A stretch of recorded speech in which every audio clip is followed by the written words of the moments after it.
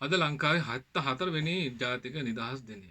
එතකොට මේක ශ්‍රී ලංකාවට ඉතාමත් වැදගත් කාරණයක් වෙනවා. මොකද ලංකාව අවුරුදු 74ක් දැන් නිදහස ලැබලා. ඉතින් අපි ඒක උත්සවාකාරයෙන් පුරුද්දක් විදිහට සමරගෙන ආවා. ඒ නිසා මෙදාසරත් ඒක සමරනවා. ඉතින් මෙදාසරේ අර වෙනදට වඩා මහා පරිමාණයෙන් මහා ලොකුවට නිදහස් දිනය සමරන බවක් පේන්නට නැහැ. නමුත් යම් කිසි ආකාරයක සූදානමක් තිබුණා. අපි දැක්කා ඒ නිදහස් දිනය ඉතාමත් අභිමාණයෙන් අපි උත්සවාකාරයෙන් කියන්නේ නැතුව අපි අභිමාණයෙන් කියන කතාව කියමු. අභිමාණයෙන් සමරනවා. ඉතින් ලංකාව මේ වන විට මූණ පාලා තියෙන ප්‍රශ්නත් එක්ක බලනකොට අපිට නිදහසක් තියනවද කියන ප්‍රශ්නේ හුඟක් දෙනෙක් පහුගිය කාලේ නැගුවා. ඒ නිසා අපිට නිදහසක් සමරන්නට අවශ්‍ය නැහැ කියන කාරණයක් නැගුවා. නමුත් රටක් වශයෙන් අපිට ජාතික දිනයක් විදිහට අපිට තියෙන නිදහස් දිනය.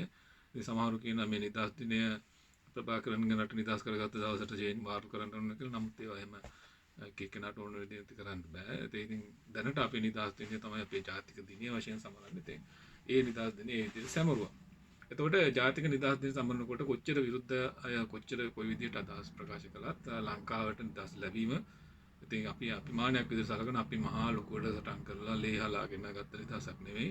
ඒ ගැන ලොකට අපි විවේචන තියෙනවා. ඉන්දියාව වගේ අපි මහා සටනක් කරේ නැහැ. ඉතින් අපි ඉතාමත් සුළු සටනක් කරලා නිදහස ලබා ගත්තා. නමුත් අවසනාවකට වගේ නිදහස ලැබුණට අපිට ඇත්තටම නිදහසක් ලැබුණද කියන කාරණේ තමයි අපිට හැම වෙලාවෙම හිතෙන්නේ.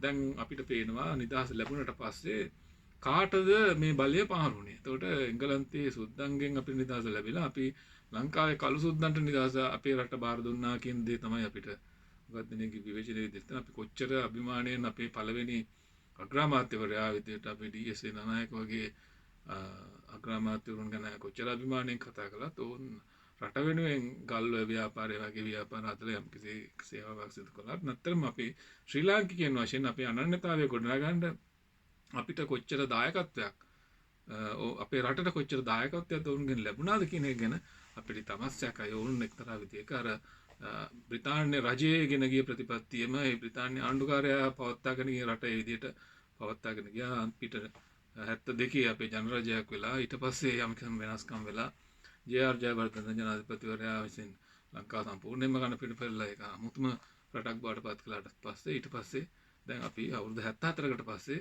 අපි නිදහස සමරන්නට ගියාම අපි කොතනද ඉන්නේ කියන කාරණේ බලනකොට අපි ඉස්සරහට ගිහිල්ලාද පස්සට ගිහිල්ලාද කියලා අපිට නැවත වාරයක් හිතන්නට වෙනවා.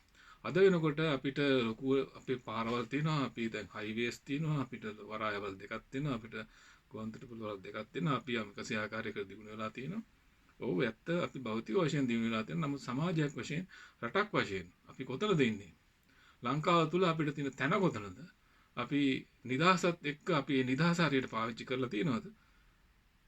අපේ ඡන්දදායකයෝ නිදහස ඡන්දය දීමේ නිදහස ඇත්තටම හරියට පාවිච්චි කරනවද කියලා අපි නැවත වාරයක් හිතලා බලමු. ස්තුතියි.